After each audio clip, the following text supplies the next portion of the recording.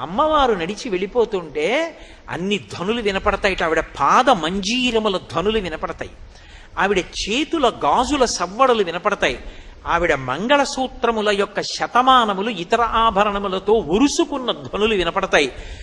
ఆవిడ చిరునవ్వు నవ్వుతూ వెడుతున్నప్పుడు ఆవిడ తాంబూలపు సువాసనలు వస్తాయి.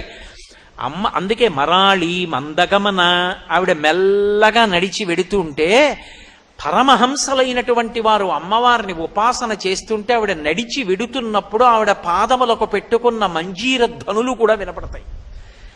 ఆడవారి పాదములకు పెట్టుకునేటటువంటి మంజీరములు లక్ష్మీత్వమునకు, లక్ష్మీదేవి యొక్క తత్వమునకు ప్రతీక. ఆమె లక్ష్మిగా ఇంట నడుస్తోంది అంటే ఆ ఇంట లోటు లేదు. ఆమె భర్తకి ఆయుర్దాయమునకు లోటు లేదు. ఆ ఇల్లు సర్వసౌభాగ్యాలతో విలసిల్లుతుంది. ఇది కదా శివుడు చెప్పాడు, సర్వసంపత్కరం శీఘ్రం పుత్రపౌత్ర ప్రవర్ధనం వ్రతానాముత్తమం నామ సర్వసౌభాగ్యదాయకం అని కదూ పరమశివుడు చెప్పింది. అపారమైన సౌభాగ్యం ఇస్తుంది, పుత్రపౌత్రాదులను వృద్ధి చేస్తుంది, ఐశ్వర్యాన్ని ఇస్తుంది.